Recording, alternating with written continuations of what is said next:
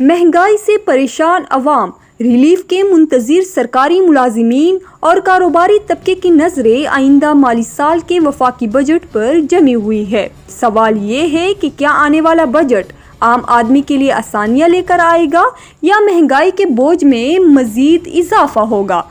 मुल्क भर के शहरी हुकूमत से ऐसे इक़दामात के मुंतजिर है जो उनकी माशी मुश्किलात में हकीकी कमी ला सके।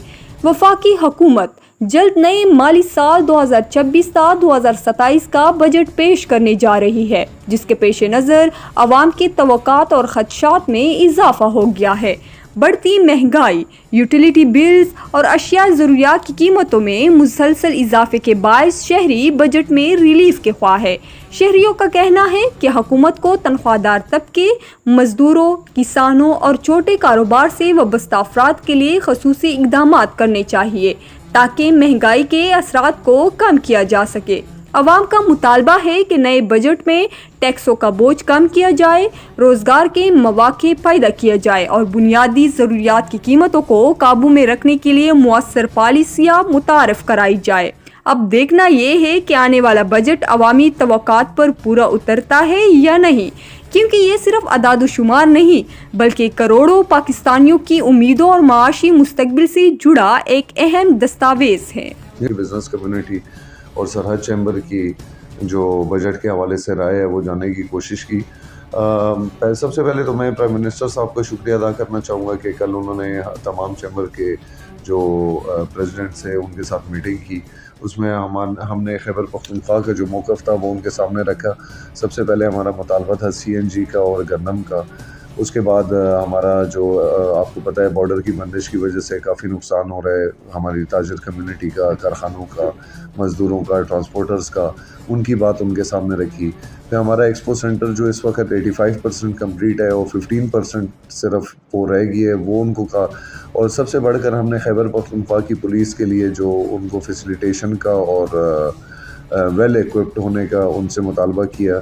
हमने खैबर पख्तूनख्वा की सनत के लिए और ताजर बरादरी के लिए एक स्पेशल पैकेज के लिए उनको रिक्वेस्ट की।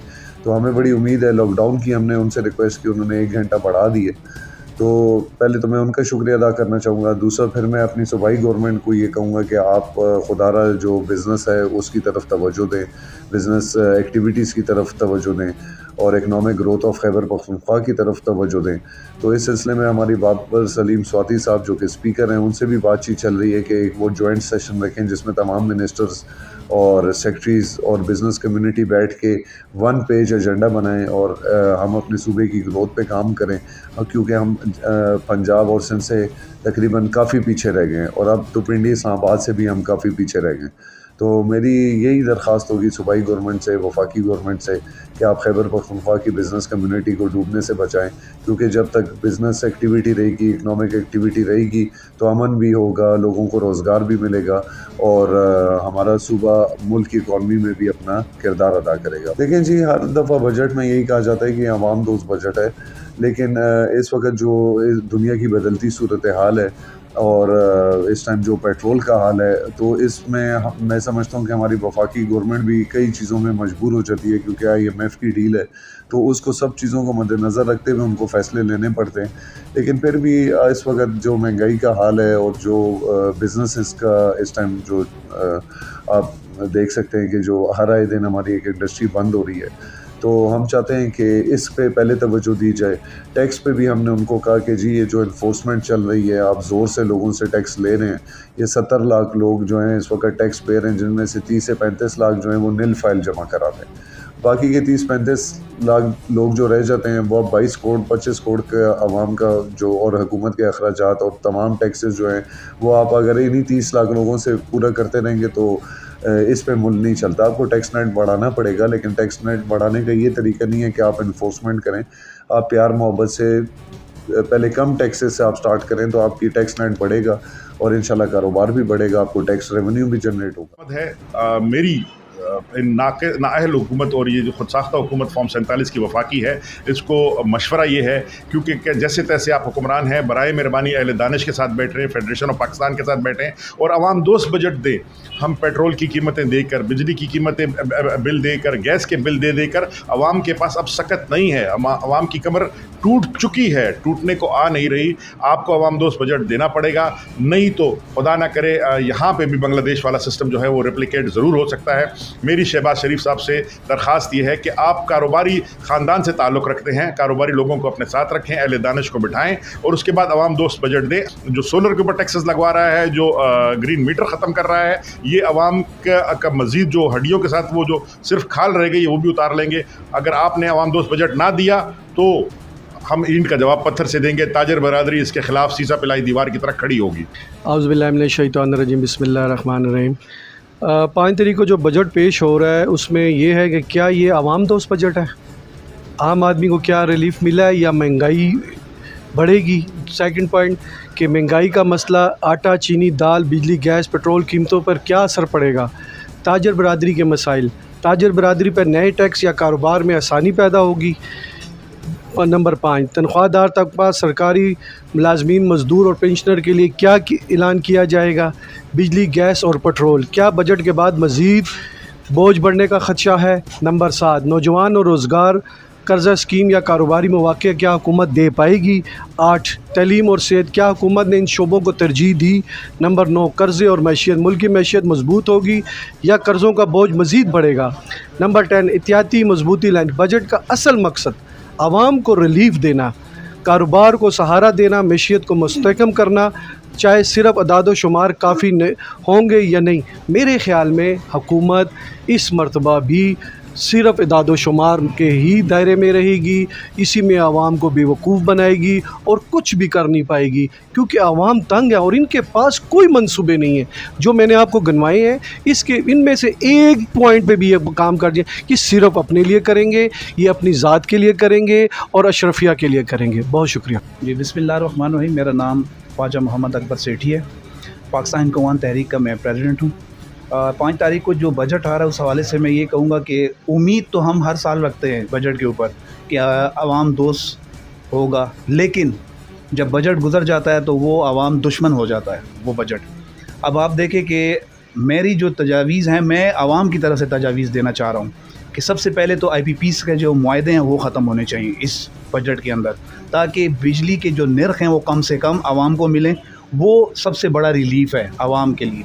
अगर आप उसमें निर्ख कम करेंगे बिजली के तो आवाम को बहुत बड़ा रिलीफ़ मिलेगा। दूसरा, ये जो गैस की लोड शेडिंग अब शुरू है इसको ख़त्म करें, उसके निर्ख कम करें इस बजट के अंदर।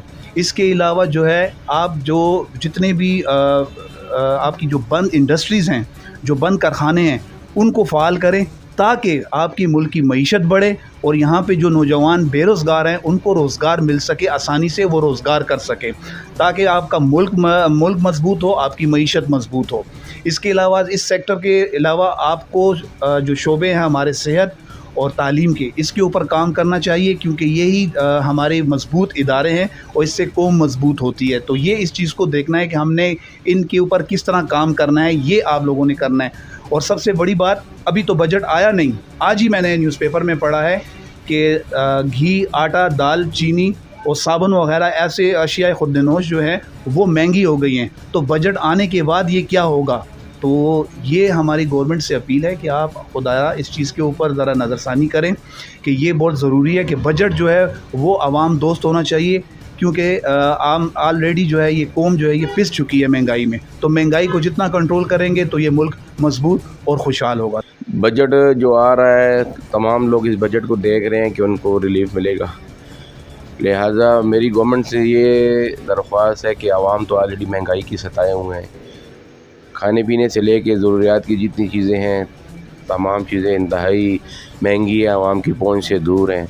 लिहाजा गवर्नमेंट को चाहिए कि आवाम को बिजली, यूटिलिटी बिल जो आ रहे हैं, गैस है, बिजली है, पेट्रोल है, जो छोटे मोटे टैक्सेस इन्होंने मज़ीद चीज़ों पे लगाए हैं, सब चीज़ें जो हैं टैक्सेस में रिलीफ दिया जाए।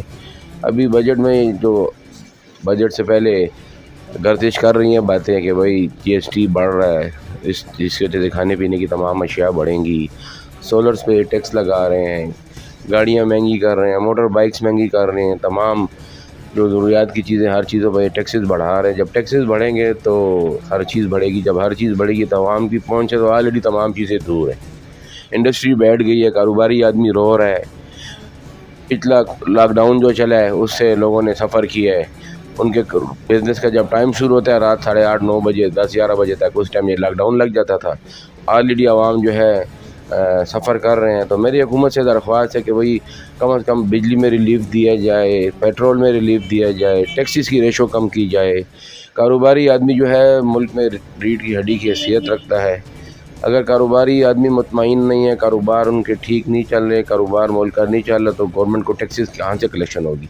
आए दिन IMF से कर्जे ले रहे हैं सख्त शराइत पर, वो शराइत जायक आवाम पे लगा दी जाती हैं, जिसकी वजह से हर चीज़ ठीक ठाक दुगनी महंगी हो जाती है।